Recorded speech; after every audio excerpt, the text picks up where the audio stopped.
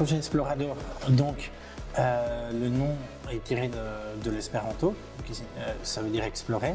Et donc l'idée c'est de ce nom, très bien trouvé je trouve, donc c'est notre collègue Julien Wissling qui l'a trouvé, c'est d'explorer les différents partenariats possibles dans le cadre de cette coopération. Et c'est pourquoi nous avons impliqué différentes composantes.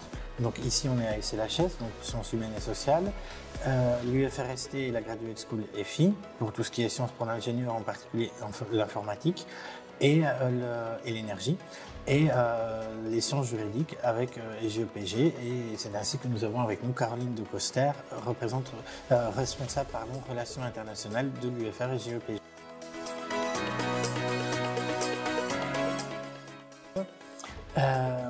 En fait, quand nous avons décidé de répondre à cet appel à projet, cette réponse à l'appel à projet s'inscrit dans le cadre d'une stratégie plus large de présence de l'UFC dans cette partie de l'Europe, dans les Balkans.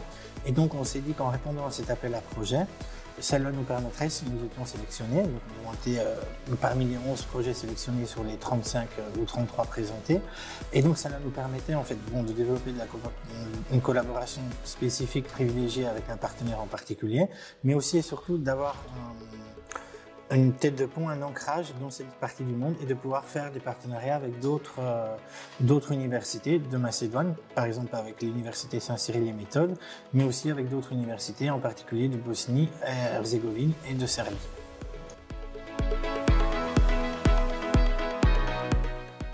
Alors nous avons organisé toute une série d'événements, d'abord à distance, puisque nous avons commencé, donc nous avons été lauréats de ce projet en juillet 2021. Le projet a débuté à l'automne 2021, donc en plein Covid, en tout cas restrictions pour voyager, la Macédoine n'étant pas partie de l'Union européenne, donc il y avait des normes qui nous empêchaient d'y aller et qui empêchaient les Macédoniens de venir.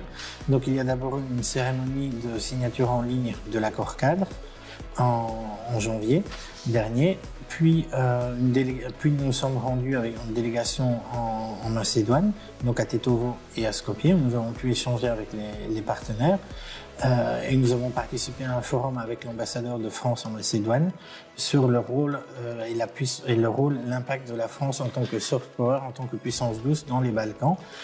À ce forum intervenait aussi à distance une collègue de EGEPG, la professeure Leila Lankarani. Et donc l'idée c'était dès le départ d'associer ces différentes composantes.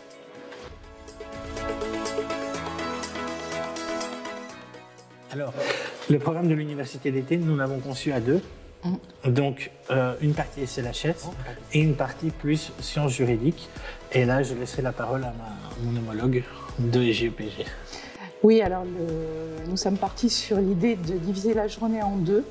Donc la matinée aura lieu dans les locaux de l'UFR pour une séance de travail. Nous avons pris comme thème volontairement un sujet assez large, the rule of law, ce qu'on pourrait traduire par l'état de droit. Et donc nous avons plusieurs intervenants qui vont aborder différents points. Et l'après-midi, nous allons présenter un petit peu le système judiciaire aux étudiants. D'abord avec une avocate, maître Ariel Lorac, avocate au barreau de Besançon, qui leur présentera un peu le métier d'avocat dans le système judiciaire français. Et ensuite, il y a une visite du palais de justice, plus loin dans la rue ici.